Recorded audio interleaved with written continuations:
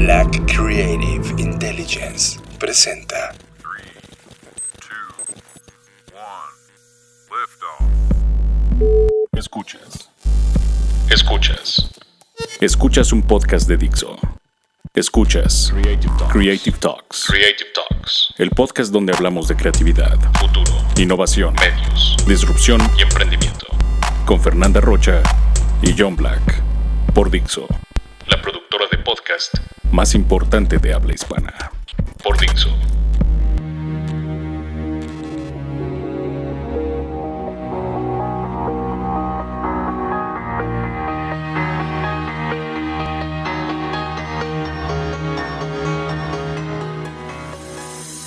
Bienvenidos humanos a las Creative Talks Podcast, el podcast donde hablamos de negocios, innovación, creatividad, diseño, arte, futuro, disrupción.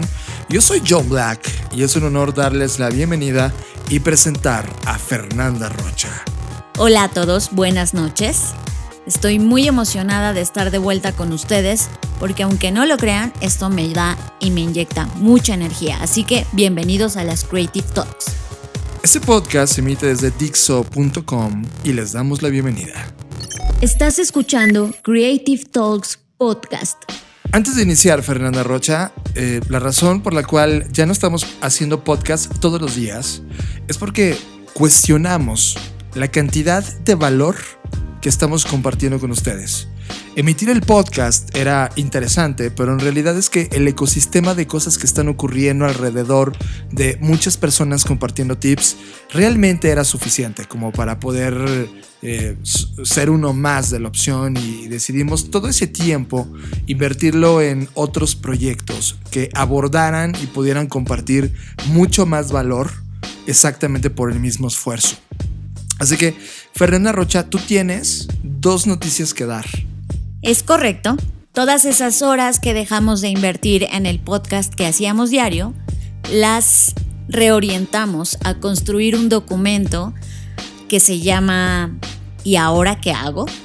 Y es un playbook que es una guía paso a paso para matar a tu compañía sin morir en el intento.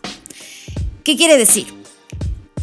Estamos viviendo una crisis y eso creo que ya todos lo estamos absorbiendo, adaptando, entendiendo, sufriendo y muchas cosas más. Otro resistiendo, ¿no? Resistiendo es una de ellas, exactamente. Sí. Sobreviviendo es otra.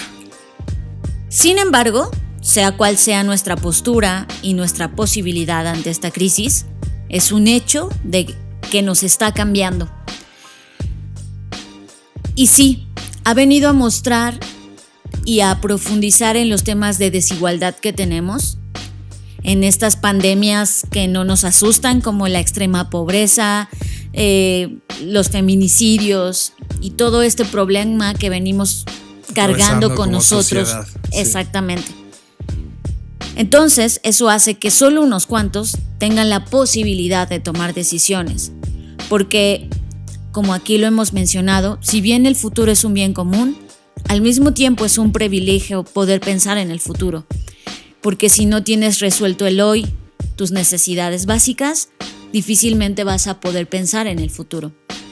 Entonces, este playbook va dirigido a aquellas personas que conocemos como CEOs, directores o gerentes de compañías que están en la posibilidad de tomar una decisión porque tienen las herramientas, los recursos, el tiempo, la infraestructura, los equipos, pero que aún con todo y eso no saben qué hacer. Porque se dieron cuenta, afortunadamente, que mucho de su modelo de negocio o incluso todo su modelo no funciona ante la crisis. El coronavirus nos vino a enseñar y a resaltar que muchas de las creencias del sistema capital están obsoletas. Y por ende, los modelos de negocio, muchos se han venido abajo. Muchas industrias como la restaurantera, la industria de hoteles, la industria de los viajes, todas estas industrias han sido tocadas. Y desde mi perspectiva, esta cosa que estamos viendo apenas es el inicio de una serie de consecuencias que traerá esta pandemia. Consecuencias positivas, si es que las queremos ver así. En este playbook, lo que intenté hacer es sintetizar los pasos que tú debes seguir para de una buena vez por todas tomar una decisión y decir, ok, no puedo seguir así, eso ya está claro, la crisis me lo demostró, pero entonces, ¿qué hago con lo que tengo hoy? ¿Lo mato? ¿Lo destruyo? ¿Lo rediseño? ¿Lo reconfiguro? Y precisamente esa es mi intención, que mates a esa compañía vieja que tenías, la que te tiene tronándote hoy los dedos porque no sabes qué hacer. Que mates esos procesos obsoletos, que mates tus creencias de que tener dinero es la única posibilidad de generar prosperidad. Que mates todos tus preceptos que aprendiste en la escuela de negocios que se concentraban solo en temas de rentabilidad sin pensar en el planeta, en las personas y en las consecuencias que tu compañía causa por ser parte de un sistema. Y que al mismo tiempo tengas las bases y las herramientas para construir una nueva compañía más fuerte, más equilibrada con el ecosistema, pero sobre todo que tenga un mayor y mejor impacto en los sistemas que cada uno de nosotros nos desenvolvemos.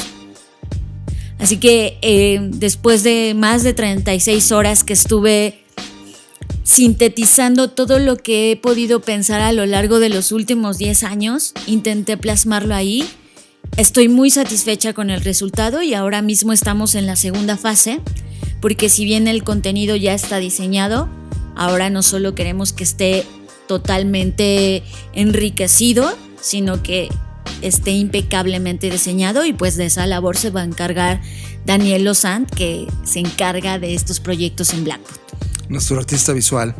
Y creo que, como tú bien nos señalas, es una síntesis de décadas de vida, de décadas o más bien de cientos de proyectos. No sé si lleguemos a juntar miles de proyectos, pero cientos sí, y cercano a miles de marcas que a lo largo de todo tu tiempo de vida has tocado, experimentado, sintetizado, todos los libros que has leído y de alguna manera todo el pensamiento que hemos desarrollado en Blackbot, desde el pensamiento de las nuevas PES y cada uno de los lugares que hemos tocado, aulas en escuelas, lugares de experimentación, conferencias, talleres, etc. Finalmente terminó en este playbook, que el playbook a partir de que es entregado, es decir, acaba hoy es jueves por la noche y acabas de terminar, probablemente en una semana esté disponible ya en internet para todas las personas que puedan descargarlo. Sí, yo espero que a este paso que vamos podamos entregarlo entre 7 o 10 días. Y sí es muy importante para mí que este documento no solamente se popularice en términos de que llegue a más personas y se descargue, etcétera, sino que realmente llegue a las manos correctas. ¿Y qué es para mí las manos correctas? Personas que de verdad se estén cuestionando qué sigue. Por eso se llama ¿y ahora qué hago?, ¿no? Porque si tú solamente estás pensando en resolver este tema a corto plazo, seguramente el playbook te va a parecer exhaustivo, complejísimo y no vas a tener la fuerza suficiente para enfrentarte al todo el contenido que hay ahí. No es un libro de Jordi Rosado, ¿ok? No, y ¿sabes qué? Sobre todo, más allá de eso, es un libro, es un playbook que tiene conceptos que necesitan tener tiempo de leer. O sea, es decir, son más de 80 páginas, que no es tanto, pero cada página es como un MBA. Una caja de que la vas a abrir y va a tener consecuencias y te va a llevar a otros lugares, a otras lecturas, a otros autores, porque toco temas como el capitalismo regenerativo, que en sí mismo ya es un concepto complejo que contiene muchas variables. Hablo sobre la paradoja de la innovación y esta mala costumbre que tenemos de llamar a todo innovador y disruptivo. Hablo de pulcrum, de plataformas, de prosperidad, de perspectiva, de performance, de indicadores de desempeño. O sea, no es como algo que digas, lo voy a leer y cuando me levante de la silla mi vida va a estar resuelta. No. Entiendo, no es una receta de los 5 tips que necesitas para salir adelante en la crisis. Exactamente, no es eso. Es una guía que requiere trabajo, que requiere disciplina y que requiere un nuevo mindset, una reconcepción de todo lo que habías pensado. Y eso requiere disposición. A eso me refiero con que llegue a las manos correctas. Entiendo. Así que espero que, de nueva cuenta lo digo, que lo disfruten muchísimo y sobre todo que les pueda ayudar y que en algunos años, porque la implementación de esto no toma días, podamos ver allá afuera compañías que hayan adoptado el modelo que propongo en este playbook, que lo hayan transformado, que lo hayan destrozado y que lo hayan rediseñado. Que por cierto, ese playbook que pues, de alguna manera también hemos seguido nosotros en todo este diseño dentro de Blackbot. Y también tenías una idea interesantísima sobre la teoría de simulación a 30 años. Cuéntanos. Por otro lado, otra de las cosas en las que mi mentecilla loca se ocupó esta semana, porque aquí quiero hacer una aclaración. Ayer por la tarde alguien me hacía una pregunta en Instagram sobre el tema de si yo creía en la autohipnosis. Esa era la pregunta. Y para mí, en realidad en este momento no creo en algo como tal. Creo en las posibilidades de ese algo, ¿no? Entonces yo le explicaba a esta persona como, no, yo creo en esto y en eso. Y de ahí me di cuenta que es importante aclarar a las personas que escuchan el podcast cómo funciona mi mente, porque de esa forma van a entender muchas de las cosas que van a escuchar aquí. Y si tuviera que graficar mi cabeza, es como muchas pestañas abiertas, como cuando estás en tu navegador, Chrome, Explorer o cualquier cosa que utilices para navegar en internet, y te da por abrir un montón de pestañas que incluso hasta te pierdes en todas las que están abiertas, pero que sabes exactamente cómo esta colección que vas teniendo, ¿no? Así es mi cabeza. Entonces, al mismo tiempo que mi cabeza estaba generando todo el playbook, por otro lado, estaba pensando como en una versión de pestaña secundaria, como este momento que estamos viviendo, esta pandemia, este encierro, a los que podemos tenerlo, a los que podemos estar en casa, es una previsualización de lo que posiblemente pudiera ocurrir en 30 años. ¿A qué me refiero? Yo al día de hoy tengo 32 años. Significa que en 30 años tendré 62. Y la mayoría de las personas que estamos hoy en día y que escuchan nuestro podcast, pues están en esa edad, ¿no? En esa media de los 30 a 40. Van a tener entre 50 y 70. ¿no? Exactamente. Imagínense a su yo de 50 o 70 años. Vamos a poner la media que 65 años. Somos ustedes y yo de 65 años. Ancianos. La mayoría de nosotros no tiene una casa, es decir, renta, no posee una propiedad.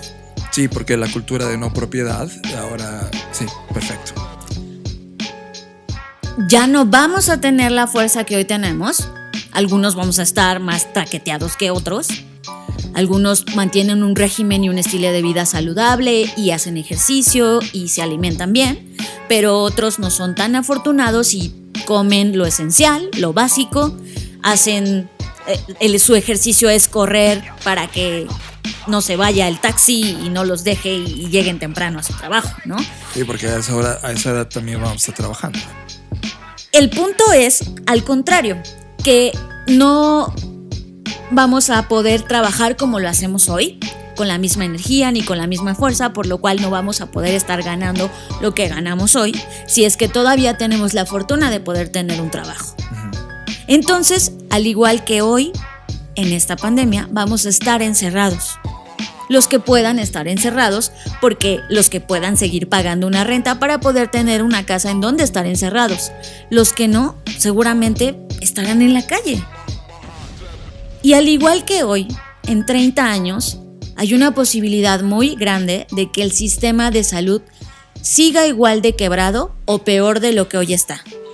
Y si a eso le sumamos el quiebre de todo el tema de los fondos de ahorro para el retiro, porque ya sabemos que las normativas y leyes de este país se han asegurado de que nadie se pueda retirar dignamente a menos que trabaje cierta cantidad de años y que cumpla con ciertos parámetros burocráticos para poder acceder a una pensión digna.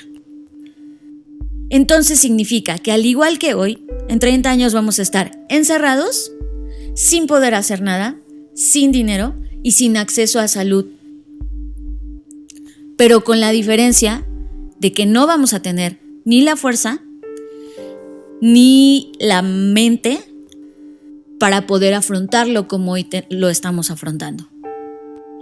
Cuando pensé esto, me abrumé muchísimo, porque si esta crisis nos está costando con esta edad, con estas fuerzas, con este empleo que hoy tienes, con tu casa, con tu familia, con todo lo que hoy tienes, imagínate cómo va a pesar en 30 años.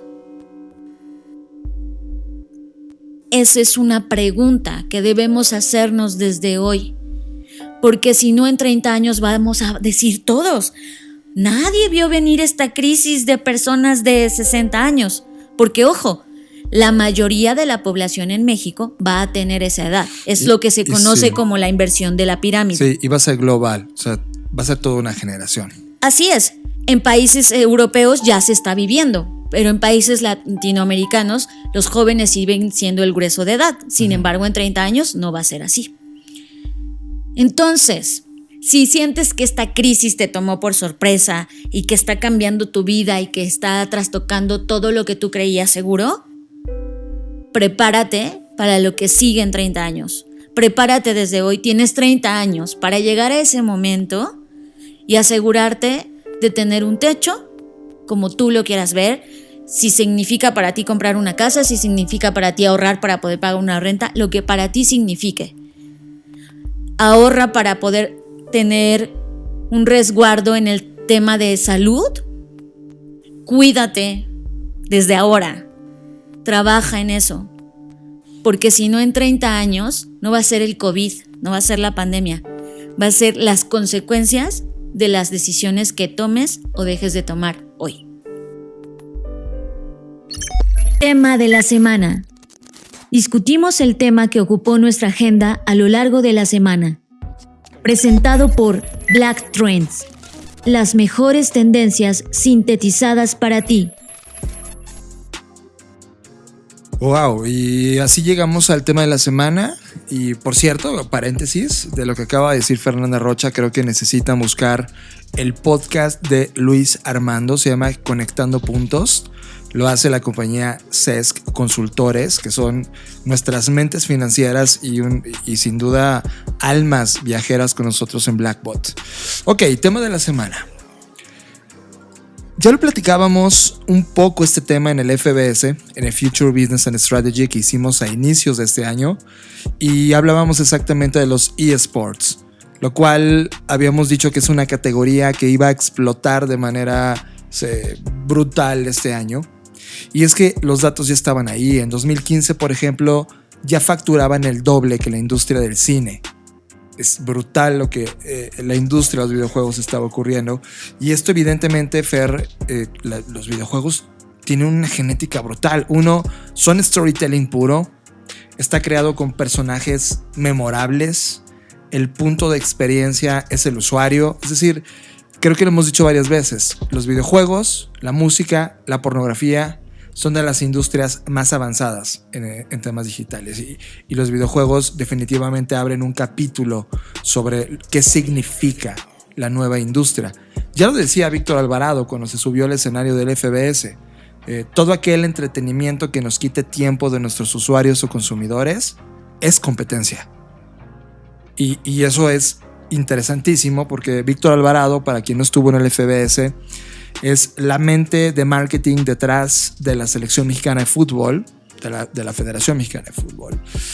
Y lleva años, lleva casi una década dentro de ese lugar tomando las decisiones. Y ellos literal ven a un chico que está jugando videojuegos o un chico que está en el timeline viendo las redes sociales como parte ya de la competencia del tiempo que ya no están dedicándole a ver partidos de fútbol. Quisimos hablar de eSports porque esto nos habla mucho de la genética de cómo tienen que reaccionar las compañías allá afuera. Un negocio como la televisión, donde era pasividad pura, un deporte que era un deporte creado en el siglo pasado y que, si bien tiene orígenes mucho más profundos, se hace industria en el siglo pasado y se enlaza con el modelo de negocios de la publicidad y las televisoras, y de repente, ¡boom!, desaparece, ¿no? O sea, está en un stand-by donde no hay estadios abiertos, donde no hay partidos, donde no hay audiencia, donde no hay tiendas abiertas para comprar las playeras de los jugadores, no hay consumo de cerveza, ni refresco, ni nada lo que está enlazado a la industria tradicional, y tienen que buscar una alternativa digital para poder reactivar algo que ya estaba en el cajón desde 7 u 8 años atrás, pero es justamente en este boom de necesidad donde explota la idea y donde deciden ellos darle play a la idea. Para los que no tienen ni idea de qué estoy hablando y te gusta el fútbol o no te guste, necesitas estar enterado de esto. La Liga Mexicana de Fútbol decidió abrir una liga una E-Liga. Y esta E-Liga, que es como los eSports, ¿no?, creó una liga específica en formato virtual, que es una réplica al torneo normal humano que se juega en los estadios, pero esto se lleva a cabo desde los hogares de los protagonistas de distintos equipos que están dentro de la liga. Es decir, los jugadores de la liga BBVA MX van a disputar a través de PlayStation, o ya están disputando a través de PlayStation, el FIFA 20, con la intención de no dejar morir las audiencias que estaban buscando este tipo de entretenimiento deportivo que, por obvias razones, por este stand-by que está atravesando el mundo, no pueden suceder, pero sí pueden suceder a través de internet conectado con las consolas para hacer una liga digital. El torneo comenzó el 10 de abril y se disputaron 2 jornadas por semana. Ese es el ritmo. El certamen va a ser viernes, sábado y domingo. Esta es en la primera jornada, y la otra jornada son lunes, martes y miércoles. Es one to one, es decir, un jugador contra un jugador, uno de cada equipo. Estuvo interesante porque yo no he visto todavía en vivo un partido, porque aquí en la casa no tenemos televisión. O sea, no hay televisión, hay pantalla, pero no está enlazada a la televisión análoga de televisión o digital de televisión. Pero sí vemos las síntesis de lo que está pasando en YouTube. O sea, hacen una síntesis del partido. Y escuchen esto, escúchenlo. Ahí aparece Roger. Se ve taponazo como jefe. Puede venir el otro. ¡Golazo! Merecíamos segundo gol. Cállate, por favor. Dale, Tuca, hace cambio.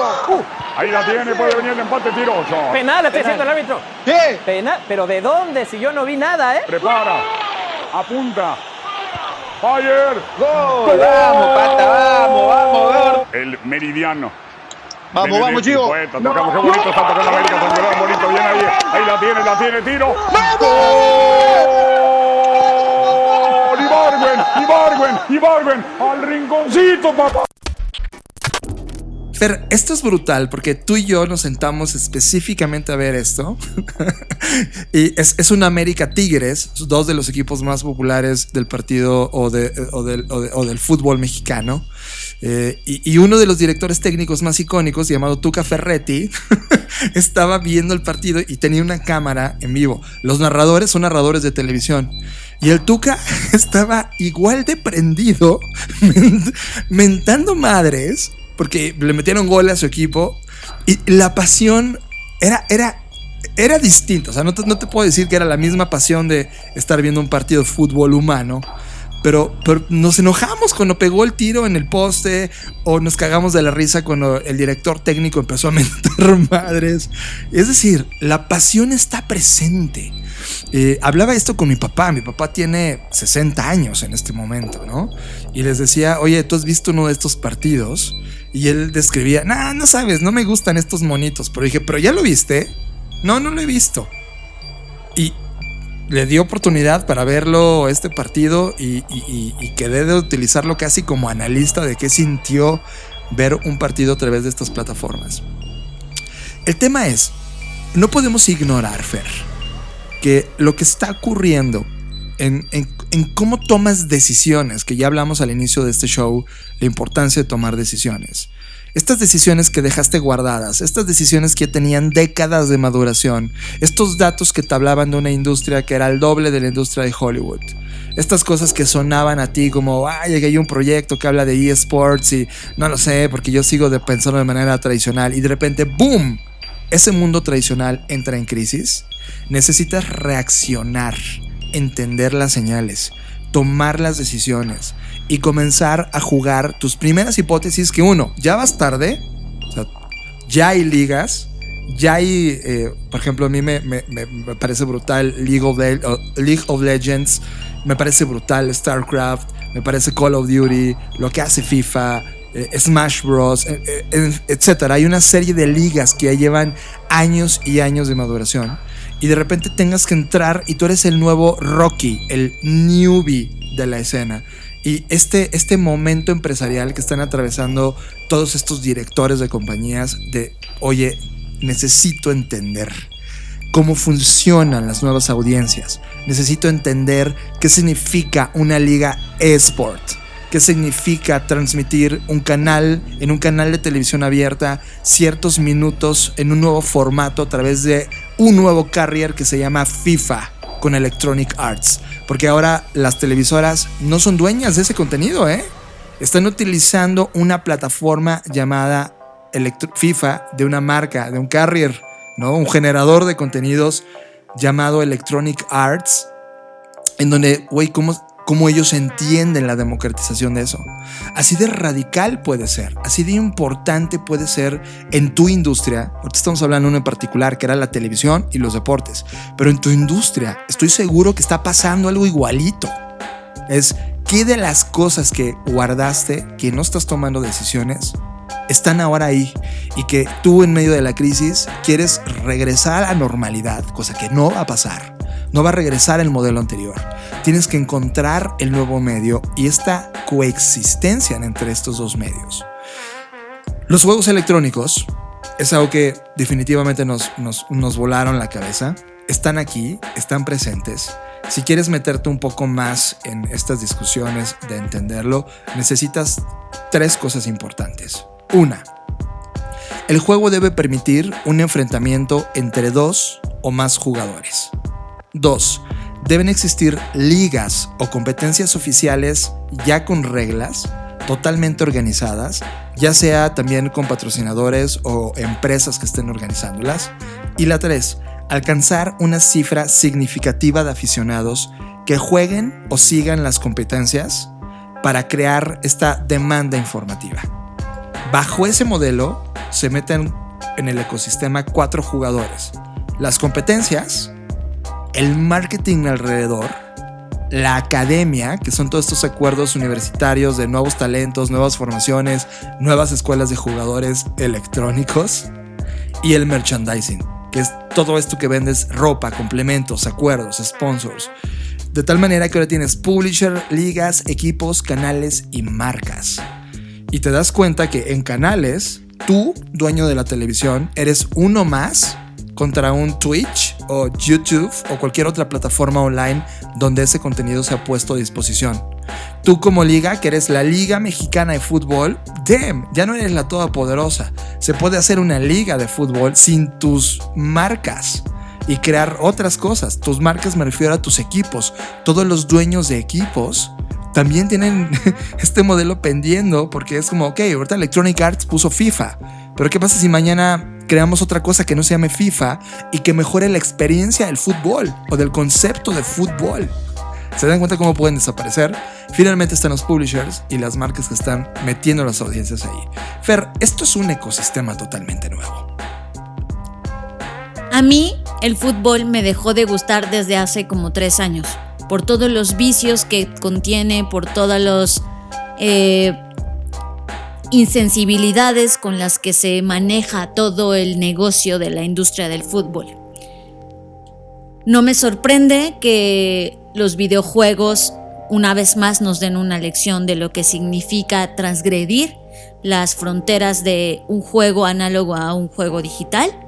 Lo aplaudo porque una vez más se demuestra que esta pandemia no solo vino a resaltar cosas malas, sino a enaltecer otras que ya eran buenas de por sí.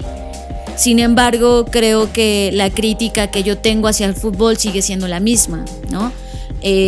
Lo que están haciendo es repetir los mismos vicios que tiene todo el mundo análogo y lo están solamente trasladando al sistema digital.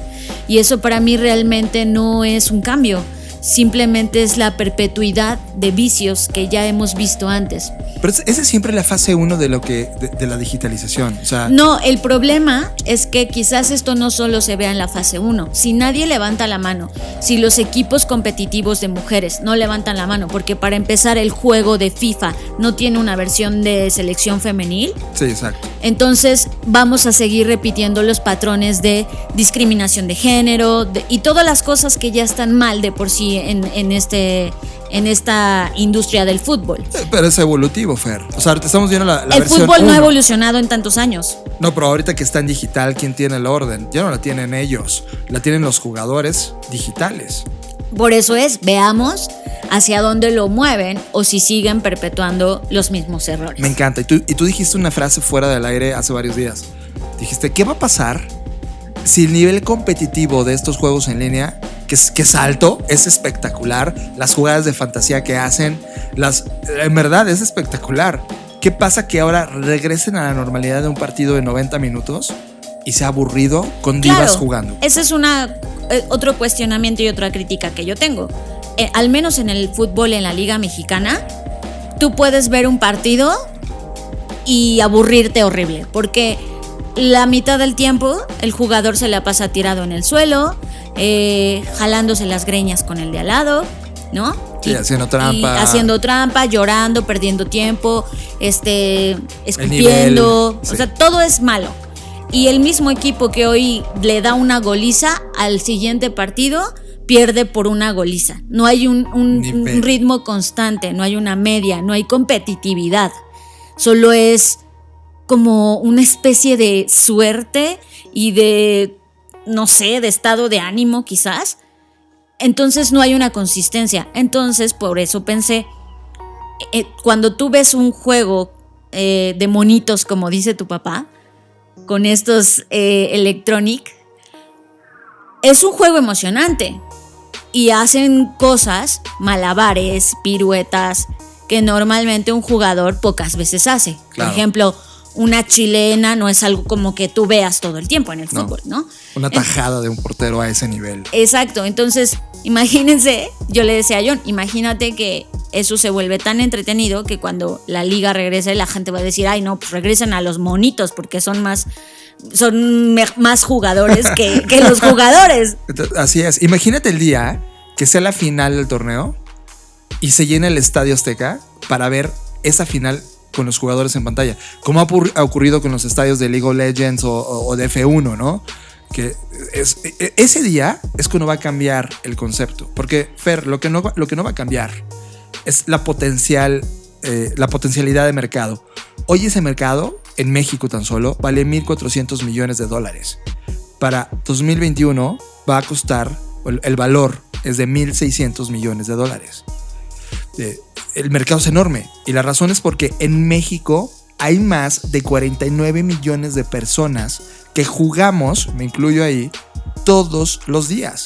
Tú misma ahora has caído en una semana jugando. Ahorita vamos a hablar de eso. Eso sí me interesa. El fútbol lo admiro, me gusta, pero es que ya vamos, me resulta un poco aburrido porque ya vamos tarde. Sé que quizás para el mundo es vamos como 30 años tarde. Sí, o sea es lo que pero bueno, cuando hablan de transformación digital. Por eso no me, o sea, no es algo que diga, wow, ¿cómo está pasando? Lo que sí me sorprende y lo que sí digo, wow, ¿cómo está pasando? Es lo que está ocurriendo con Animal Crossing. Brutal. Explica totalmente Animal Crossing porque tú me metiste a esa cosa. Es adictivo y cuidado por los que sean curiosos y busquen Animal Crossing. Advertimos, no nos hacemos responsables de las consecuencias de que todo esto el provoque tiempo, en sus vidas. Animal Crossing es un videojuego. Un videojuego que a simple vista Parece un videojuego inocente, de muñequitos hermosos, diseñados específicamente con estas tácticas de ojos grandes, carita feliz. Súper kawaii, ¿no? Súper kawaii. Lo ves y tú dices, ¡ay, qué hermosos muñequitos!, ¿no? Y a pesar de que es un juego que ya tiene muchos años... Desde GameCube, si no me Desde equivoco. GameCube, lo cual es muchos años. Muchísimo. Con todo esto de la pandemia, explotó. Nadie ha logrado explicar el fenómeno así con puntos y señales. Lo único que sabemos es que estalló. ¿Por qué? Porque un videojuego de muñequitos bonitos estallaría en una situación como esta. De simulación, ¿no? Es un... Les tengo mi hipótesis. Va. Animal Crossing es un juego de simulación. Es decir, el juego se trata de tener una vida como la que tienes en la vida real. Para empezar, ahí ya está como medio creepy el asunto, Está ¿no? cañón. Esa es la razón por la que yo creo que despuntó. Si ahorita tu vida normal, entre comillas, no se está llevando a cabo porque no puedes salir de tu casa, lo que hace el juego es darte esta sensación de que estás haciendo otras cosas diferentes, como ir a una playa, isla desierta, sí. estar en el museo, Hacer amigos. hacer amigos. Es decir, hacer todas las cosas que posiblemente ahorita no puedes hacer por las restricciones de la sana distancia que tenemos que guardar. El tema es que en países como Hong Kong, que aquí es donde viene lo interesante, utilizaron el videojuego para hacer protestas. Es decir, ya un poco sabemos todos los problemas y conflictos sociales que ha tenido Hong Kong por el tema de la vigilancia, por el tema de su gobierno, etcétera, Así es, a etcétera. ver, paréntesis solo para que la gente lo entienda. En Hong Kong, antes de que este virus estallaba, llevábamos 4 meses de violencia brutal en las calles de Hong Kong. Hong Kong, como saben, es parte de China y es una de las ciudades más pujantes porque es donde está la mayor cantidad de universitarios y gente joven en la ciudad.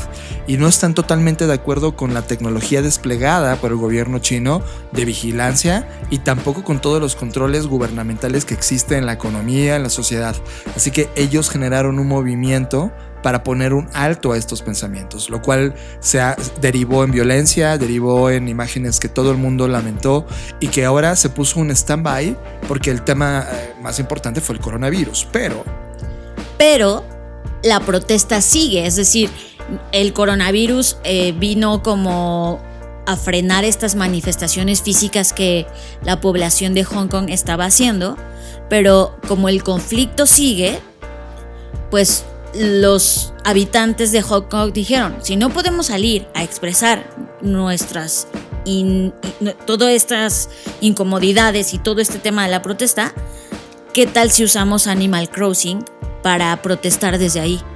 Y aquí es donde viene el tema que yo ya he dicho desde hace muchos años. Los videojuegos hace muchos años que dejaron de ser cosa de niños. por supuesto.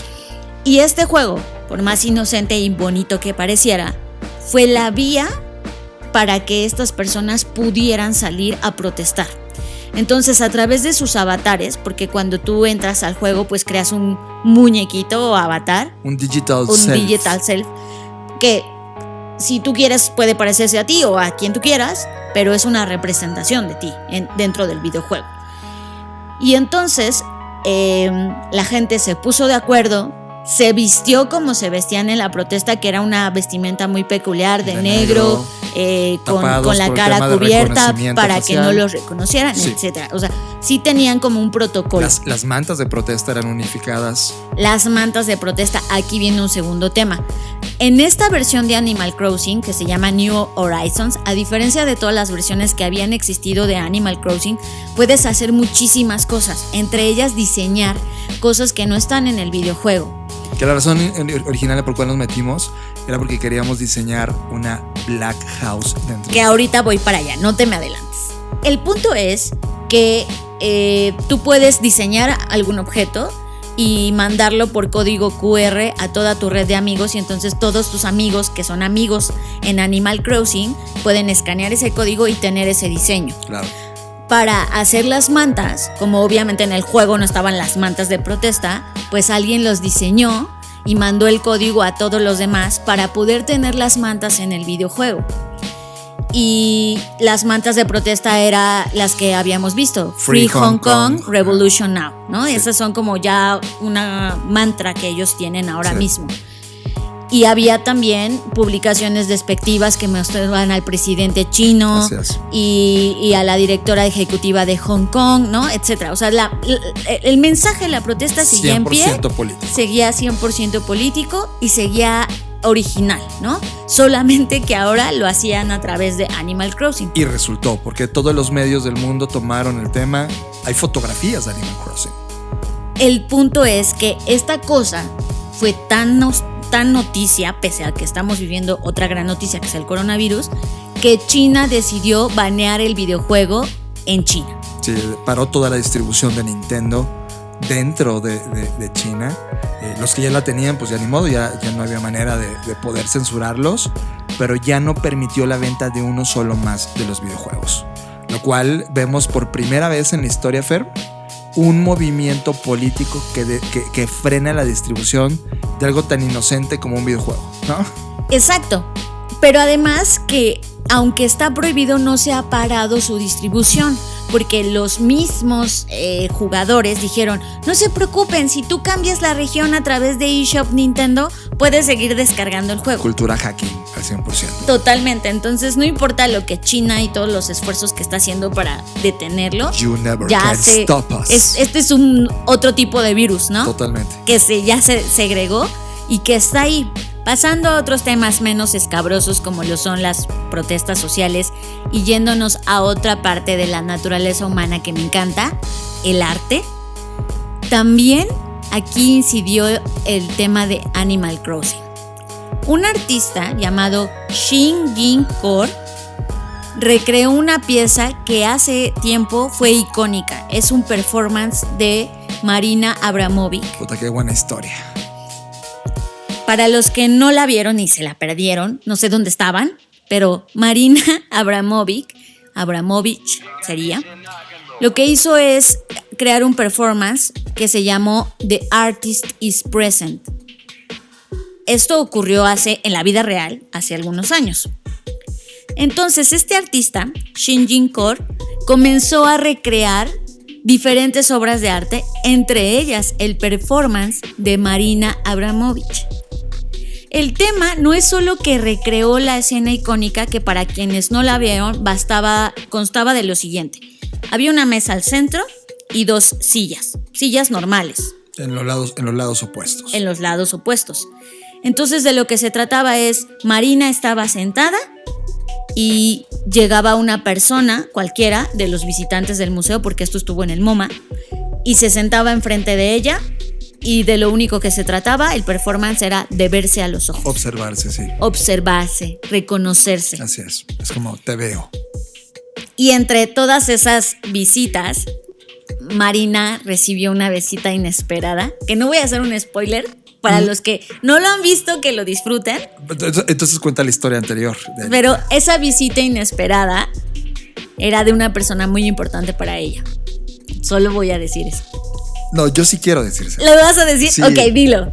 A lo largo de la juventud de ella, conoció probablemente al que ella ha señalado como el amor de su vida.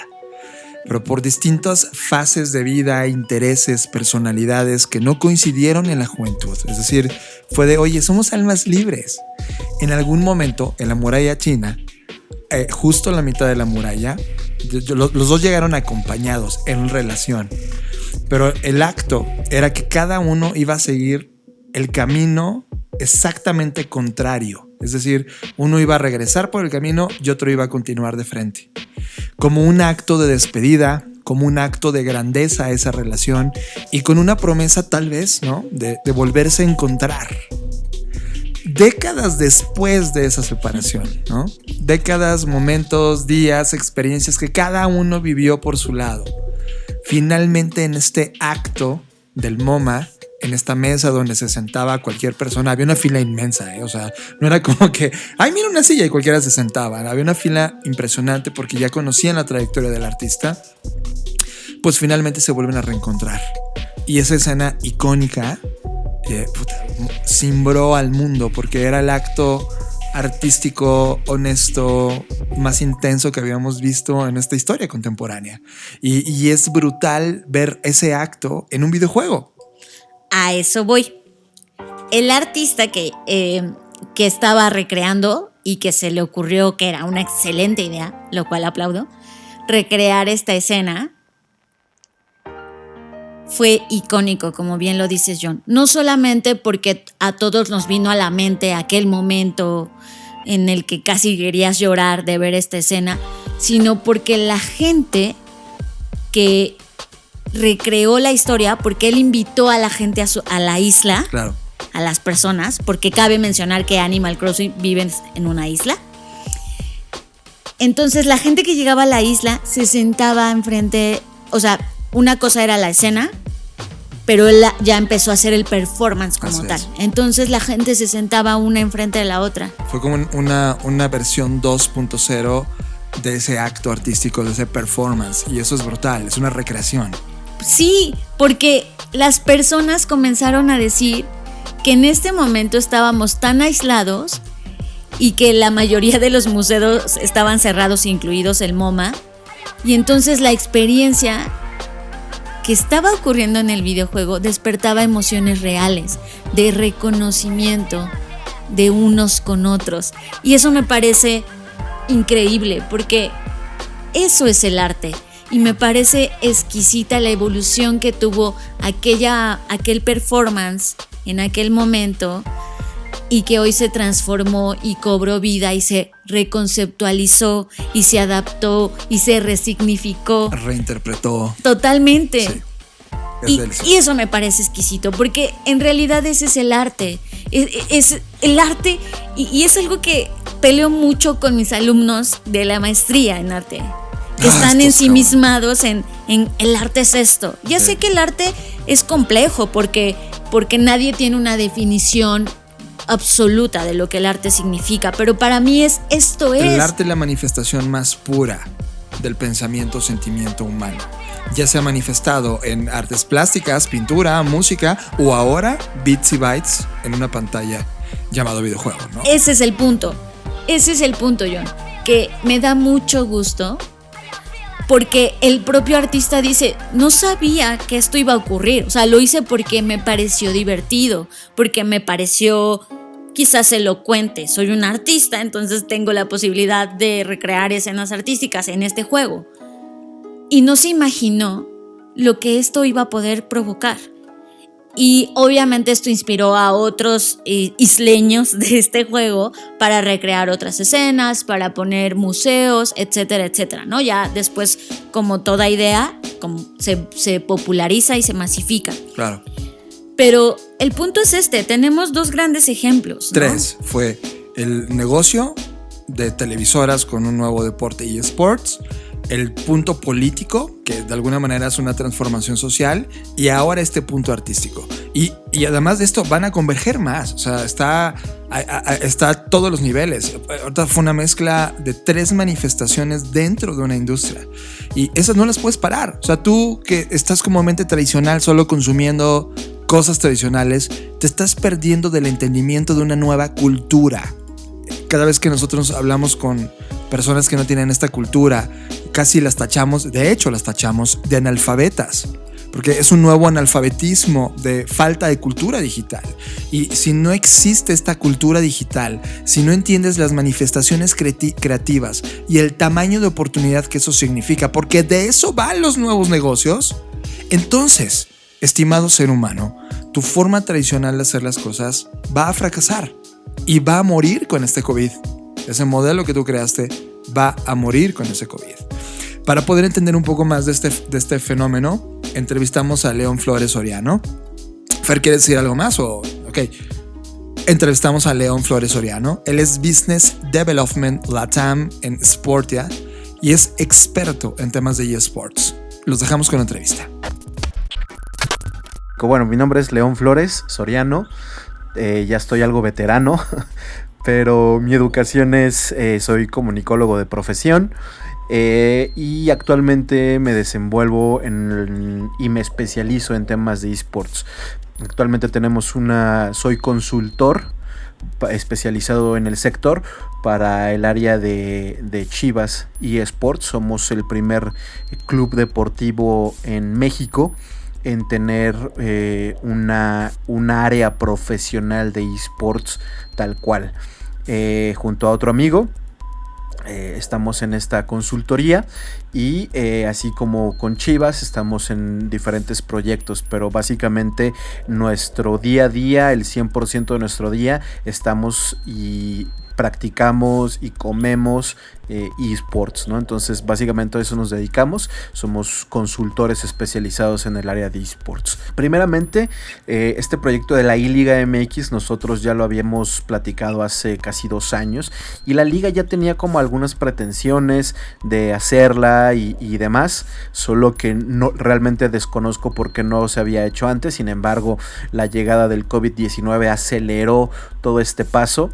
Y si tú me hubieras dicho en enero de este año 2020 si se hubiera podido llevar la iLiga MX, te hubiera dicho que no, que era solamente un proyecto que estaba ahí en la mesa llenándose de polvo. Sin embargo, pues bueno, gracias al COVID-19 pues se aceleró todo este proceso y hoy en día tenemos la llegada de esta activación que más de eSports es un tema más de gaming, ¿no?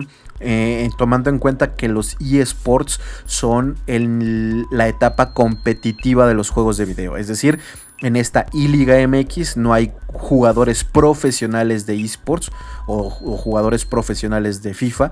En este caso son los propios jugadores del primer equipo de cada uno de los equipos del fútbol mexicano quienes están jugando entre ellos, ¿no? Lo cual es atractivo porque, bueno, pues ves a tus jugadores favoritos, ves por ahí a Giovanni Dos Santos, a jugadores importantes de cada uno de los clubes enfrentarse uno a uno en este juego, ¿no? De FIFA, en este simulador deportivo que es el FIFA. Y creo que es una buena aportación. Creo que nos da la posibilidad para los que somos profesionales de esta industria en que los mismos clubes abran un poco más los ojos con respecto a estas iniciativas.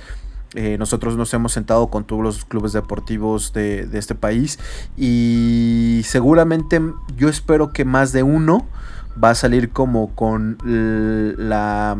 esta cosquillita de los eSports. Tal vez no todos, seguramente no todos, pero sí más de uno esperemos que salga con esta cosquilla y que te digan, oye, ¿sabes qué? Ahora sí, siéntate conmigo y explícame cómo puedo hacer rentable mi área de eSports o cómo empiezo o cómo le hago, ¿no? Y justamente yo creo que a raíz de esta llegada de la iLiga MX toma mucho más valor lo que ha hecho Chivas en estos 2 años. Actualmente Chivas tiene 4 disciplinas en las que juega activamente. Ya estamos a punto de ser 5 disciplinas. Pero les cuento rápido, tenemos un equipo, 2 jugadores de FIFA, uno de Xbox y otro de PlayStation. Tenemos un squad de Fortnite, tenemos un equipo de League of Legends que juega como en la primera A de aquí de Latinoamérica, que es o de aquí de México, que es División de Honor, porque cada país tiene sus divisiones. Tenemos un equipo de League of Legends y tenemos un equipo de Clash Royale, que de hecho fue nuestra primera disciplina y estamos a punto de dar una gran noticia en estos días con ese juego, pero pues bueno, y estamos por anunciar un juego más que va a ser muy interesante, como un club deportivo se va a estar metiendo en este tipo de juegos y marcar un precedente ya a raíz de todo esto. Entonces el siguiente club deportivo que quiera meterse a los eSports ligeramente va a tener o medianamente va a tener que competir contra Chivas en lo que ya estamos haciendo desde hace 2 años, ¿no? Entonces con la llegada de la iLiga MX creo que ayuda mucho al tema de pues de que la gente empiece a abrir un poquito más los ojos, que la gente se empiece a dar cuenta de que esto pues ya va a ser parte de su día a día, ¿no? Ya hace poco vimos en los Estados Unidos el caso de la NASCAR, que marcó un precedente con la e-Racing o la e-NASCAR, ¿no? Que pues los pilotos profesionales de NASCAR se metieron a simuladores y jugaron ahí competencias y están activamente jugando circuitos de la NASCAR. y tuvo audiencias brutales, ¿no? Entonces ahí ya se marcó un precedente para los eSports en los Estados Unidos, ni siquiera con juegos que nosotros veríamos top, ¿no? Estamos hablando, no sé, de un Overwatch o de CSGO, sino fue con un simulador de autos que los gringos se volvieron locos, ¿no? Entonces creo que eso también marca un precedente. Lo que pasó también con la I-Liga Santander en Estados Unidos, que de ahí viene exactamente la réplica de lo que es la I-Liga MX.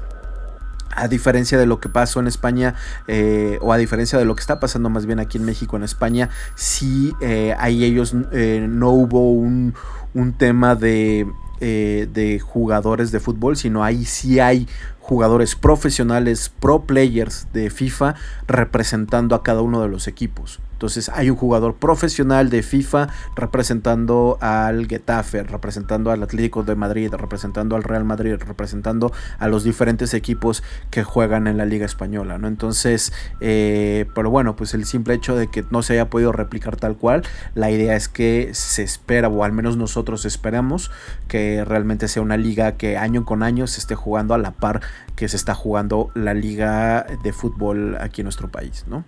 ¿Cómo veo el tema de los anunciantes? Y creo que también tiene mucho que ver aquí cómo se van a empezar a replantear.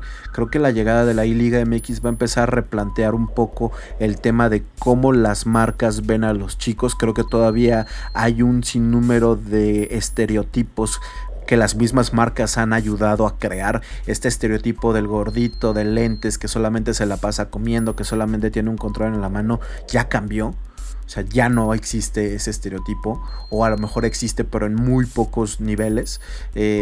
Hoy en día los jugadores profesionales de eSports realmente están considerados como atletas. Nosotros en Chivas básicamente utilizamos la misma estructura deportiva que tiene el club, con sus doctores, con sus preparadores para nuestros jugadores. Entonces ellos tienen actividad física, saben que tienen que entrenar, saben que tienen que jugar, pero también se tienen que someter a lo que un club deportivo les dice, ¿no? Incluso también pasa por lo deportivo, pero también pasa por las éticas de cada club, ¿no? Y en este caso, en el de Chivas, los jugadores de eSports son exactamente igual de tratados y con las mismas responsabilidades que tiene un futbolista normal. Entonces creo que el tema de los anunciantes nos va a ayudar esto, o la I-Liga va a ayudar a que las marcas empiecen como a ver que también aquí hay posibilidades. Hoy, por cierto, se anunció algo espectacular por parte de BMW.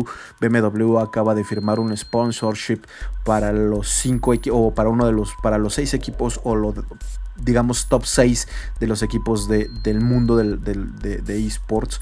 Entonces, poco a poco vamos a ver cómo estas marcas se empiezan a meter en el tema de los eSports, como el retail también, y cómo está observando. Ya vimos a Louis Vuitton con líneas de ropa de League of Legends, el caso de Pull&Bear, que también en España ya se metió al tema de los eSports, obviamente el tema de Adidas, el tema de los sneakers, que también es parte de la cultura de los eSports. Entonces poco a poco se va a ir, las marcas se tienen que dar cuenta de que esto ya no solamente es jueguitos de video, o sea, esto ya está empezando a escalar otros niveles. Y aquí en México, bueno, pues como siempre en México, pues siempre llevamos un rezago de todo lo que está pasando en el mundo. Sin embargo, ya hay un par de marcas que están alzando la mano y dicen: oye, ¿sabes qué? Yo medianamente ya conozco, medianamente sé, entonces sí quiero apoyar ciertas iniciativas. Habrá otras que no, que realmente se sigue teniendo este tema de evangelizar a las marcas, ¿no? Y el caso de los desarrolladores, pues a diferencia del fútbol, aquí sí hay que tomar en cuenta que esta es una industria de desarrolladores, es una industria en la que el que lleva la mano es el publisher. Ellos son los que dictan las reglas de cómo se juegan sus juegos, y cada desarrollador tiene sus propias ligas, tiene sus propias metodologías y tiene cada uno su concepción de cómo se va a jugar su juego, ¿no? Entonces hay que tener muy claro esto, así como EA o Electronic Arts te dice cómo jugar FIFA o cómo lo tienes que jugar si quieres hacer una liga, si quieres hacer un torneo. Bueno, pues cada desarrollador tiene sus propios guidelines, ¿no? Entonces, pues hay que decirlo, esta es una industria de publishers tal cual. El tema de la Fórmula 1 es bien interesante. Incluso aquí en México hace poco hubo un evento que se llamó el Logitech Challenge, en donde los ganadores de este challenge de simuladores iban a tener la oportunidad de irse a probar en un circuito donde llegan los jugadores de simuladores de Fórmula 1 y los equipos, las escuderías de cada uno de los equipos o de las escuderías de cada uno de las marcas, llegan a ahora sí que a visualizar a los jugadores y dice, oye, ¿sabes qué? Pues a mí me gustó este piloto y quiero que me represente a mí como McLaren, a mí como Ferrari, a mí como lo que sea, ¿no?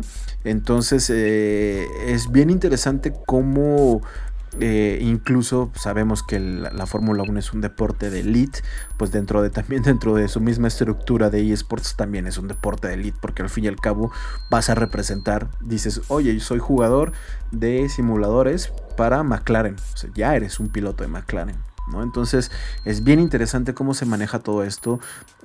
Todavía hay mucha gente que no logra entender por qué un chico tiene que representar a una marca como un profesional. Es decir, existen los jugadores de fútbol de Chivas, bueno, pues también existen los jugadores profesionales de eSports de Chivas y representan a la marca. En este caso es igual con la Fórmula 1, ¿no? Entonces es bien interesante este tema y estamos en un proceso de maduración en el mundo en el tema de eSports. Obviamente aquí en México estamos en pañales, todavía somos unos niños de brazos en ese tema, pero en otros países ya empieza a madurar y seguramente con esto del tema del COVID el mundo del entretenimiento ha cambiado para bien, ha modificado. El deporte tiene que modificar sus modelos de negocio y creo que los eSports van a ser como esa modificación, ese pequeño paso. A mí me molesta mucho una palabra que se llama disruptivo.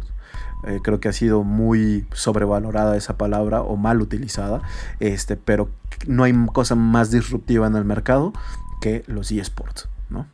Y pues bueno, pues antes que nada, muchísimas gracias por la invitación.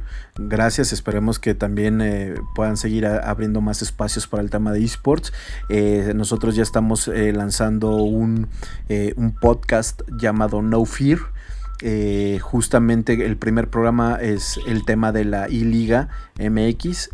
Invitamos a Alejandro Núñez, quien es el CEO de un equipo de eSports que juega en la Liga Latinoamericana de League of Legends, la liga más importante del juego aquí en México, y pues con él estuvimos platicando acerca de la llegada de la I-Liga MX y cómo permea en todo este ecosistema, ¿no? Entonces muchísimas gracias por la invitación, un saludo a todos tus escuchas y que también pues les guste el tema de eSports, que se informen, que lean. Hay mucha información, hay mucha gente que está escribiendo sobre cosas de eSports, pero pues nada, muchísimas gracias. Música. Llegó la hora de subirle al volumen. Música en las Creative Talks.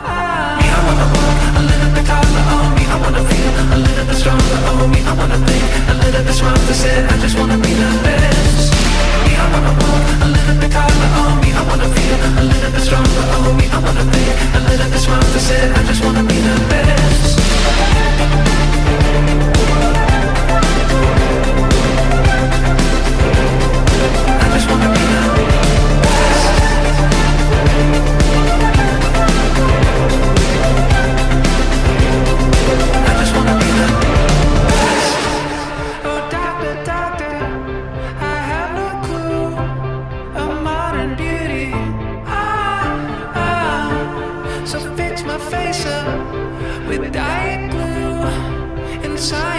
direction. I wanna walk a little bit taller, oh me. I wanna feel a little bit stronger, oh me. I wanna think a little bit smarter, said I just wanna be the best.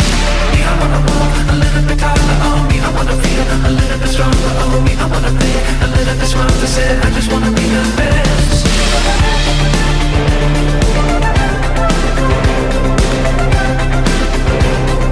I just wanna be the best.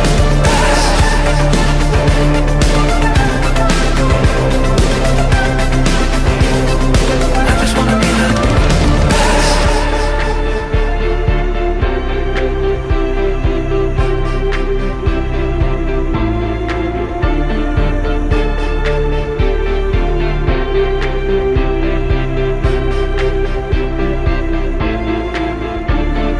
Me, I wanna walk a little bit taller, oh me. I wanna feel a little bit stronger, oh me. I wanna think a little bit smarter, said I just wanna be the best. Me, I wanna walk a little bit taller, oh me. I wanna feel a little bit stronger, oh me. I wanna think a little bit smarter, said I just wanna be the best.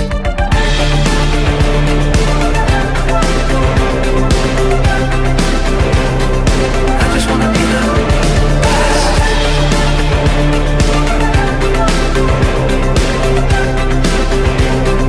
I just wanna be the best.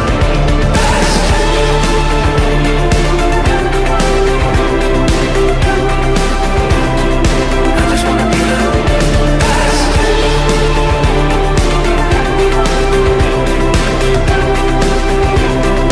I just wanna be the best.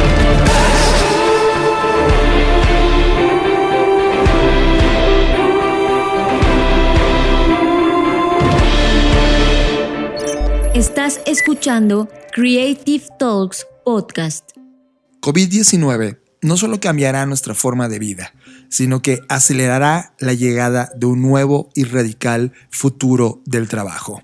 Si bien para muchos de nosotros trabajar desde casa ha sido un nuevo desafío o totalmente inesperado, eso es solo el comienzo de una transformación que se gestó 20 o 30 años antes y es mucho más grande y está creada para remodelar la naturaleza de todos los negocios. Los dejamos con un pensamiento de Mike Walsh. As a futurist, I'm often asked how I and others failed to predict the possibility of a virus capable of transforming the world. Actually, I think my mistake was a little bit different. I underestimated how the AI-powered future that I thought was going to arrive by 2030 would and could end up being brought forward to the present. Digital transformation used to be a question of strategy. Now, for many of us, it's a case of simple and pure survival. COVID-19 is not only changing our way of life, it will usher in a radical new future of work. While many of us are experiencing the challenges of now working remotely, that is only the beginning of a much bigger transformation that will fundamentally restructure the nature of business itself. Every business will need to virtualize. We are likely to experience in the next 12 months a decade's worth of change.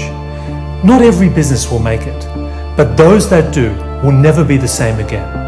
And for leaders, now is the moment that we have to reevaluate our capabilities, upgrade our skills, and transform our mindsets. If you look back at history, pandemics have always had a profound impact on the structure of society.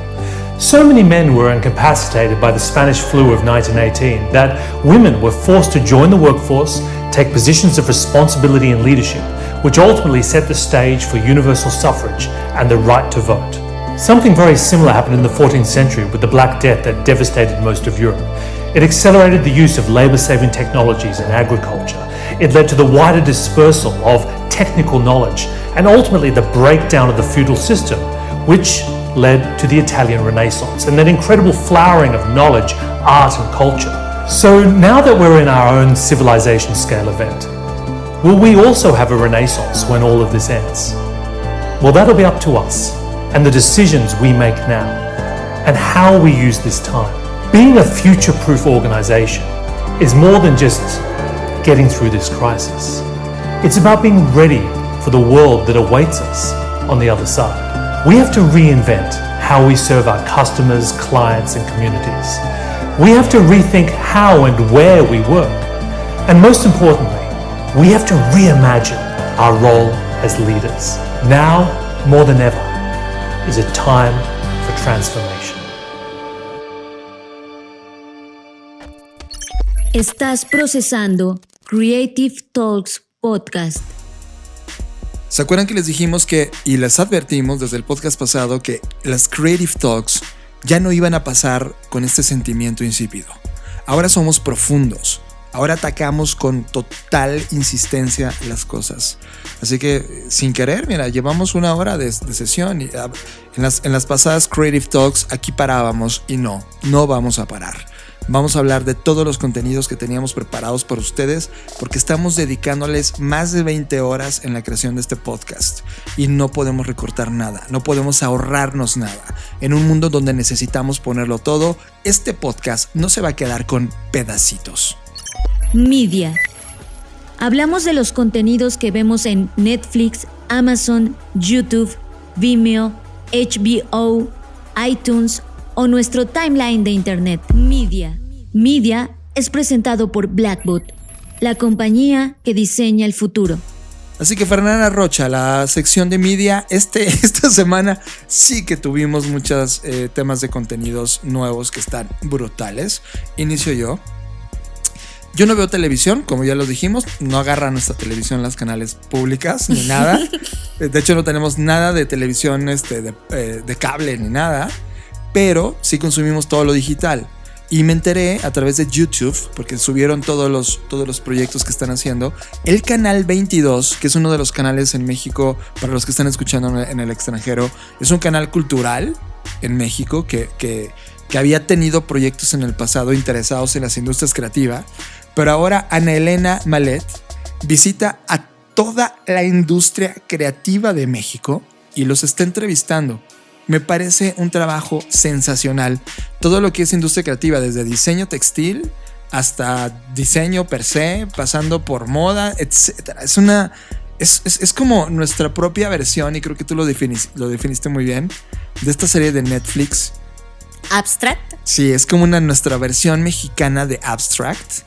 Y para los que son en el extranjero que quieren conocer las industrias creativas de qué está pasando en México, definitivamente busquen en YouTube La Guía del Diseño en México de Ana Elena Malet.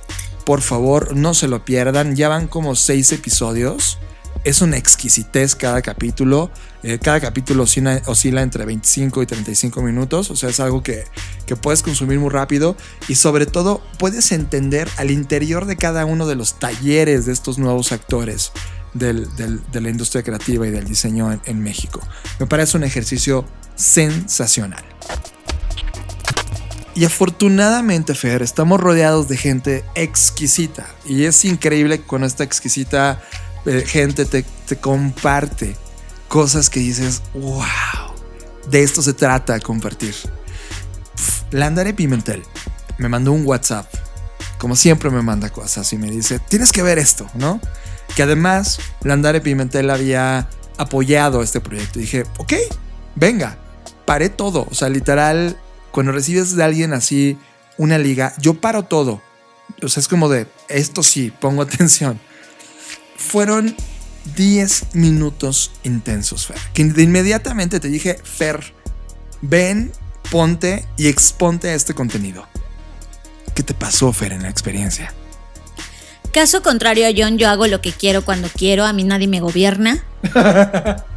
Entonces cuando me dijo tienes que ver esto, le dije, mira, estoy haciendo el playbook, dame 1000 horas más porque no lo voy a ver enseguida. Sin embargo, obviamente, sí me tomé el tiempo. Y wow, fue mucho de las cosas que he pensado en términos de estas pestañas que les menciono que tengo abiertas todo el tiempo en la cabeza, y al mismo tiempo me invadió un sentimiento de tristeza de saber que hay personas en esa situación, porque lo primero que te deja ver este cortometraje es el concepto del hambre, y no visto desde el punto de vista de la pobreza, sino del hambre per se, de lo que se siente este vacío del alma quizás, o de algo que está muy dentro, muy profundo en ti.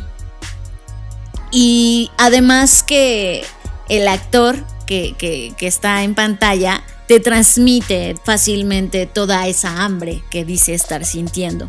Después el sentimiento que tuve fue de gratitud, de saberme de alguna forma u otra que yo también he sentido esa hambre, que en una fase de mi vida mucho tiempo la sentí, y rematar con lo liberador que es vivir, que el concepto de vivir que plantea el documental es justamente apagar esa hambre. Y cuando ustedes lo vean van a entender todo esto que estoy diciendo. Pero entonces, el cómo yo lo viví fue eso. Primero me invadió un sentimiento de frustración. Después viví un momento de empatía porque yo también he estado ahí. Y por último me dio esperanza y fue liberador porque me hizo sentir que estoy viviendo. Entonces viví estas 3 fases en 10 minutos.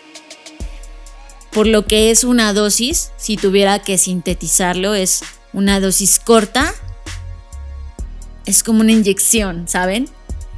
Con todo lo que se implica. Cuando tú te vas a inyectar, sabes a qué huele ese sentimiento que hasta ahorita lo estoy describiendo y te da como escalofrío, sí, porque sabes que viene dolor. El alcohol, el algodón en tu piel. El rompiendo este cristalito en donde está contenido el líquido.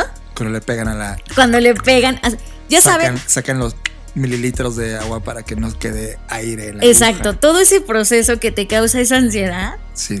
Esto es ese documental, esa inyección que sabes que viene de cierto modo a curarte, pero eso causa dolor, claro, ¿no? Porque cuando sientes entrar el líquido en tus venas, eso es este documental. Para mí, esa es la experiencia que yo viví. Lo dirigió Alejandro Montalvo. Es un documental que la sinopsis es: en la celebración de su cumpleaños número 57, alguien, que tendrán que ver quién es, decide liberar el hambre. Es decir, todo lo que no pudo, pero quiso hacer durante toda su vida. Fer, esto está ya en mi top 5 de todos los cortometrajes que he visto en mi vida. O sea, y vaya que hemos visto, o sea, animados, grabados, de todo tipo. Es impresionante el trabajo que lograron. Y es un cortometraje producido por el Instituto Mexicano de Cinematografía, basado en un cuento que se llama Pascualito y los Globos, de Marcela Abad. Y ha dado una gira internacional por distintas selecciones oficiales y premios en el 2017, cuando fue liberado esto, todo 2017, todo 2018. Y que por mí pasó de buenas noches. Y que ahora está disponible. Abran Vimeo.com y busquen Hambre, tal cual. Se van a topar directamente con él. Y antes de que vayan a Vimeo y hagan esto, escuchen esta entrevista que Landare Pimentel hizo con el productor de este cortometraje en exclusiva para las Creative Talks. Entrevista. Te traemos las mejores mentes creativas de nuestra generación. Entrevista es presentado por Blackbot, la compañía que diseña el futuro. ¿Cómo están mis queridos amigos de las Creative Talks? Mi nombre es Landare Pimentel.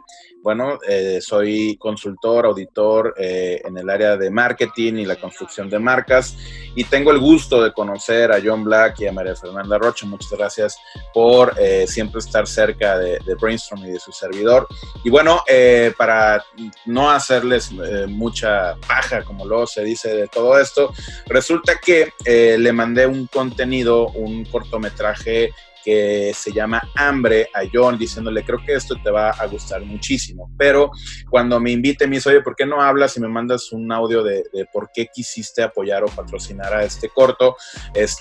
Yo le dije, se me hace injusto teniendo la relación y la amistad con quien lo produjo. Fue por eso que entonces estoy ahorita con mi queridísimo Alejandro Montalvo, que me gustaría que te presentes y le digas a la audiencia de los Creative Talks pues quién eres, qué haces y dónde te encuentras en este momento, mi estimado Alex. Muy buenos días, Landare. Antes que nada, muchas gracias por la invitación, güey. Creo que se agradecen en este momento este tipo de iniciativas y este tipo de invitaciones en estos momentos de gran incertidumbre, ¿no? Y que juntos debemos encontrar maneras de estar cercanos, ¿no? Entonces, pues ahorita aquí estamos en mi casa, su casa, en la ciudad de Tijuana, acá en la zona denominada Playami, que está cerca de la playa. Entonces aquí estamos disfrutando de todas estas, la cuarentena y cuidando mucho estar conectados con todas las personas que queremos y apoyar, que se difunda el mensaje de quedarse en casa para poder juntos contrarrestar esta pandemia, ¿no? Como humanidad. Claro, de hecho, para los que no están muy familiarizados con Tijuana, pues Tijuana obviamente está pegado al Pacífico, tenemos una playa y la gente que vive en esa zona apodó la zona de playas de Tijuana, que es una zona residencial como Playami, y ahí es donde tiene la productora y donde vive mi estimado Alex. Y bueno, Alex, al final me gustaría, para que las personas que escuchan el podcast de John y de Fer, de Creative Talks, que nos digas a qué te dedicas, que de hecho se te escapó eso, a qué te dedicas, en qué empresa trabajas, y para después pasar a platicar un poco de lo que es Hambre, tu cortometraje. Ok, pues sí, se me pasó. Pues me dediqué, trabajo en una productora que se llama Specola, y es una productora que fundamos hace 6 años, 3 amigos y yo, y que nos dedicamos a hacer publicidad para pagar la renta y cine para poder vivir. No sé. Órale. Bastante. Publicidad para pagar la renta y cine para poder vivir. Órale, qué chingón está eso. Esa frase me encantó. Ok.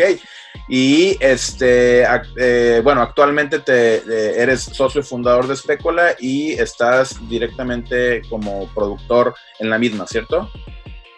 Sí, pues estoy más que nada encargado como de cuestiones creativas. En la productora hay varios directores, que eso es bastante interesante, y productores y artistas como audiovisuales.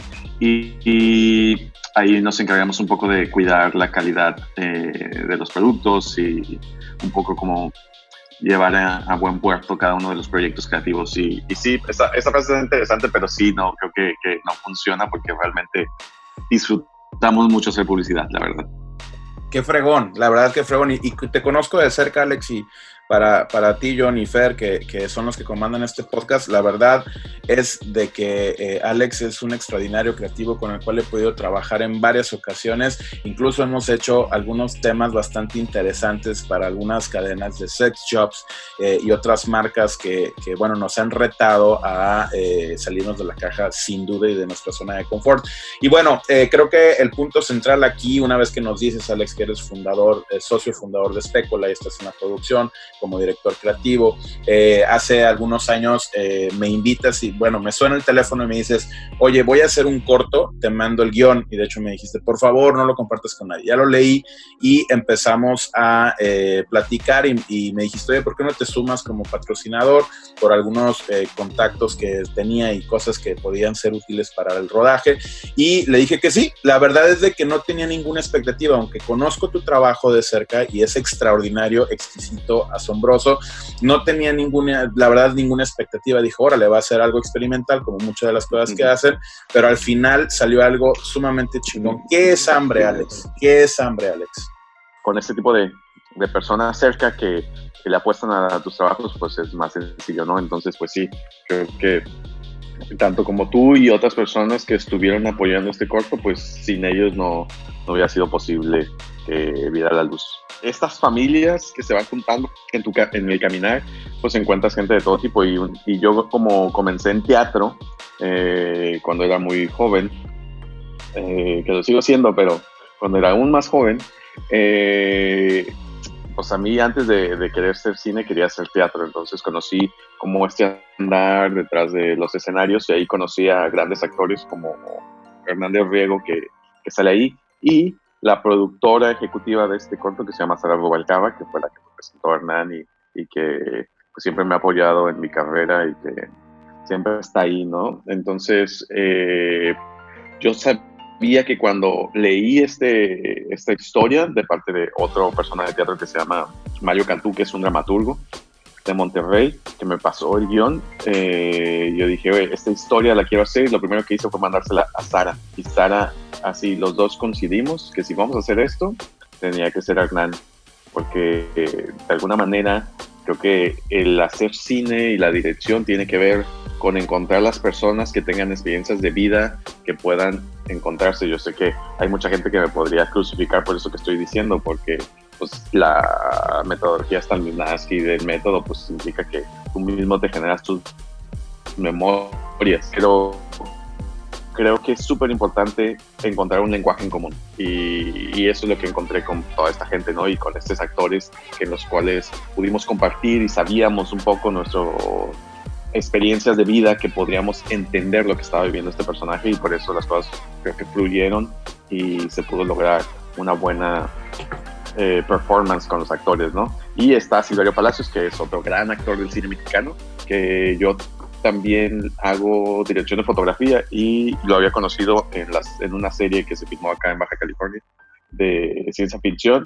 Él era uno de los actores y yo el fotógrafo, y de ahí me invitó a fotografiar una película que hicimos en Colima de él, y pues ahí nos hicimos amigos, y pues cada vez que trato de hacer un proyecto intento jalarlo.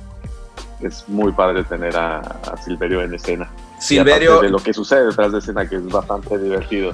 Claro, gracias a ti he tenido contacto con este ambiente, y Silverio y Hernán han sido dos personas que me tocó en un convivio post-producción, o digamos terminando como para celebrar el cierre de la producción de Hambre, y la verdad es de que son personas bastante interesantes, de un trato muy ameno.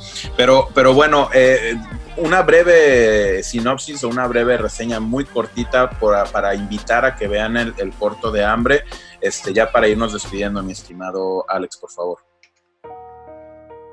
Pues Hambre es un cortometraje que trata de la vida de un hombre que ha tenido hambre toda su vida, y en el cumpleaños número 57 decide redimirse de toda la vida de hambre, ¿no? Entonces es bastante... a mí me parece súper importante el que el cine pueda contar las historias que nosotros posiblemente no nos atrevemos a vivir, ¿no? Y eso para mí es fundamental. Creo que también esta historia es un poco autobiográfica, que eso es importante decirlo, y aunque es una adaptación, encontré como la comunicación entre todo el equipo y las cosas claves para poder entenderla y contarla. Entonces, pues me gustaría, si tienen chance, que se avienten, no dura mucho, dura 15 minutos, y disfruten una historia universal, contada desde una mirada muy particular aquí en Tijuana, Baja California, México. Con actores reconocidos en toda la hispana. La verdad es que es un corto muy chingón, que cabe mencionar que cuando lo estás viendo vibras, y la mayoría de nosotros nos podemos identificar con este personaje, porque llega a esta edad de 57 años con un hartazgo de todo lo que vivió gris y plano, y las actuaciones lo hacen muy dramático ese momento, y luego como concluye no lo vamos a contar, pero por favor, me imagino, John, que van a dejar el link para que vayan a ver el cortometraje. Y bueno, ¿por qué decido apoyar este cortometraje? Primero, porque es un gran amigo, conozco su calidad, y al final hemos ido en muchos proyectos. La verdad es de que somos personas que, como bien dice Alex, estamos muy cercanos dentro de la industria creativa, y cuando me invita, yo la verdad es que fue un sí, sin discutir, yo confiando en su calidad. Fue una confianza, fue el reflejo de una confianza que lleva más de 7, 8 años de que llevamos de conocernos. Entonces, pues bueno, Alex, muchísimas gracias. Este audio se va directo para las Creative Talks, y que John y Fer lo utilicen para, obviamente, dar tu perspectiva sobre quién eres, qué hiciste y qué es Hambre como cortometraje. ¿Va? Muchísimas gracias, Alex. Un saludo, Fer y John. Gracias por todo.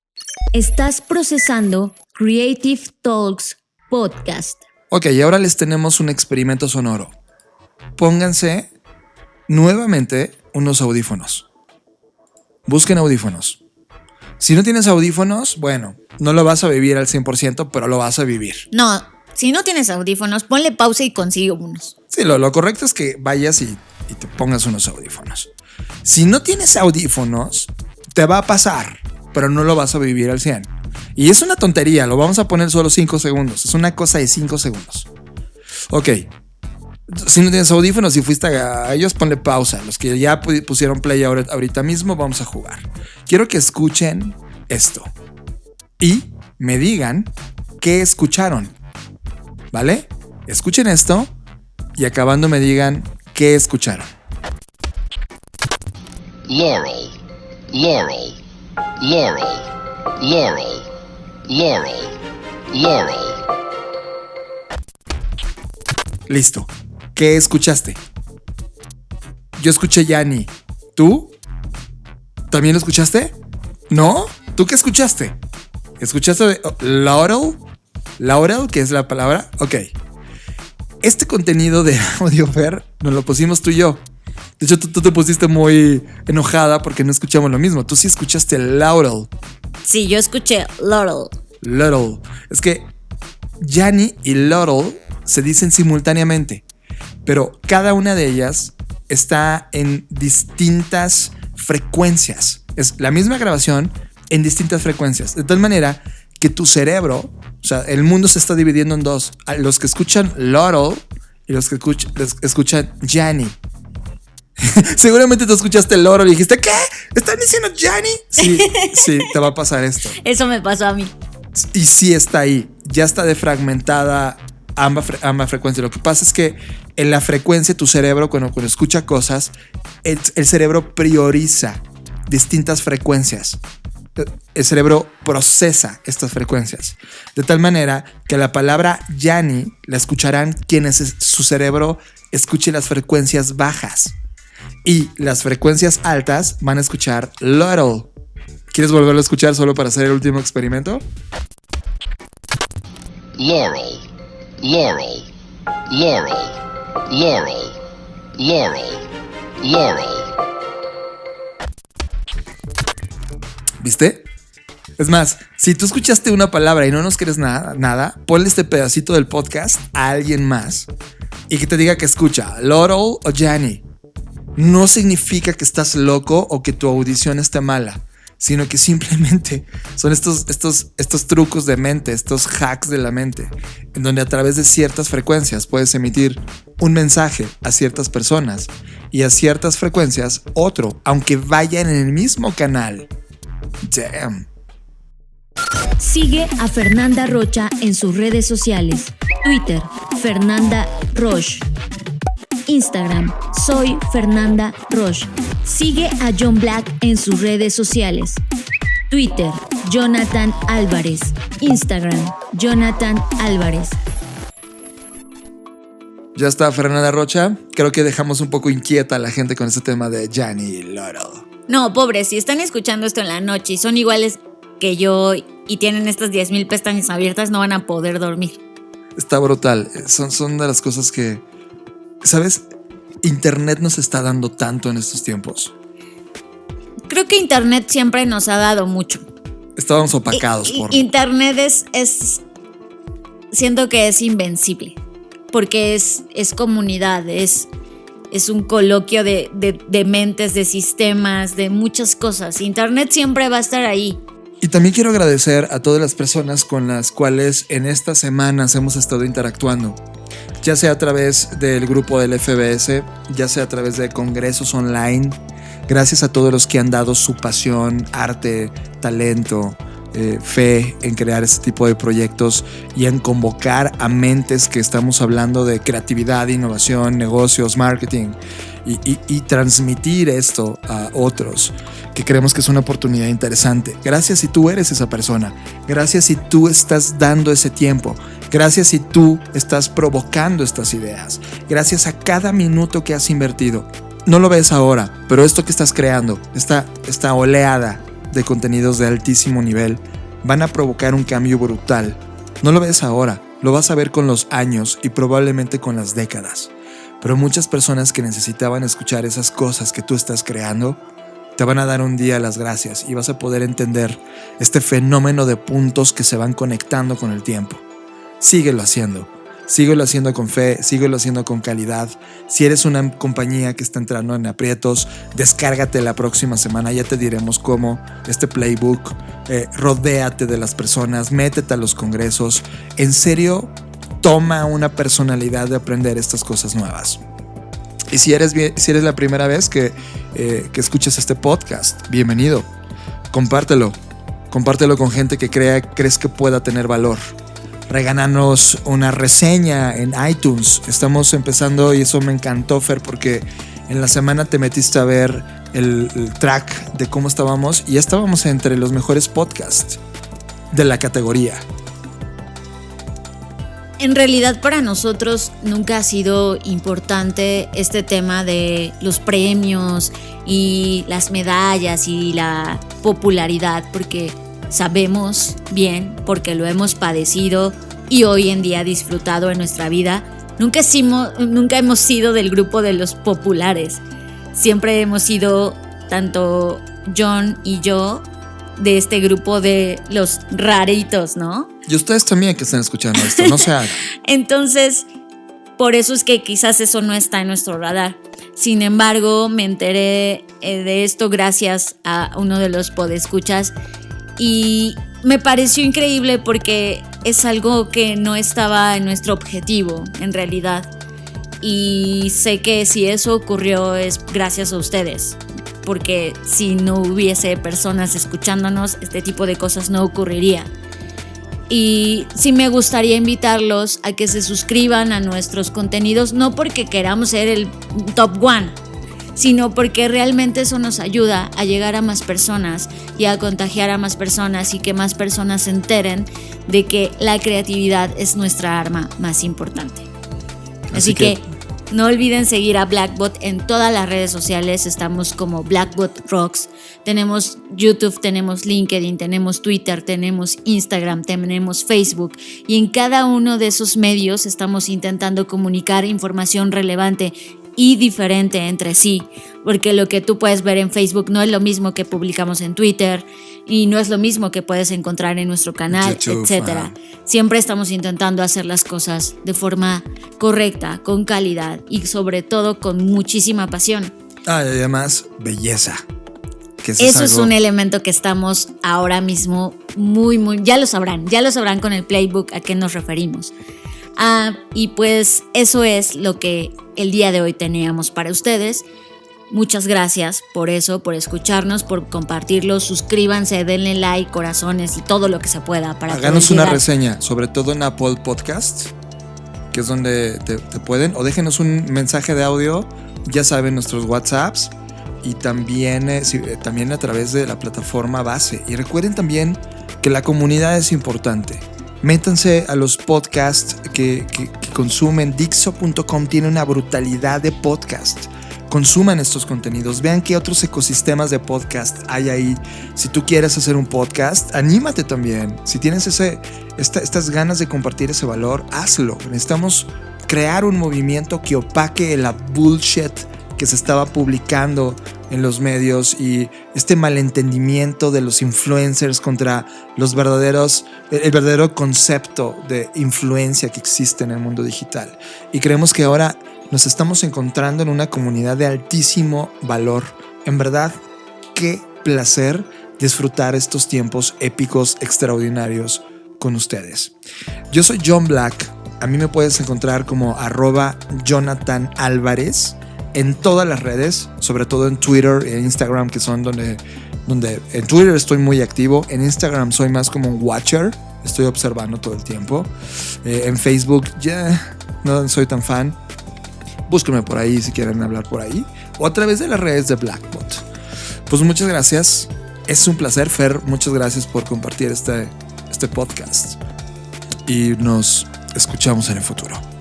Gracias a todos, yo soy Fernanda Rocha. A mí me pueden encontrar en redes sociales como Fernanda Roche o por mi nombre completo. Para quien no lo sabe, me llamo María Fernanda Rocha Ángeles y así estoy en las plataformas. Así que cualquier cosa, escríbanme o mándenos un WhatsApp, como ya lo mencionó John, y nos vemos en el futuro. Bye. Dixo presentó Creative Talks. El podcast en donde hablamos de creatividad, innovación, medios, disrupción y emprendimiento. Con Fernanda Rocha y John Black. Por Dixo, la productora de podcast más importante de habla hispana. Nos escuchamos en el futuro.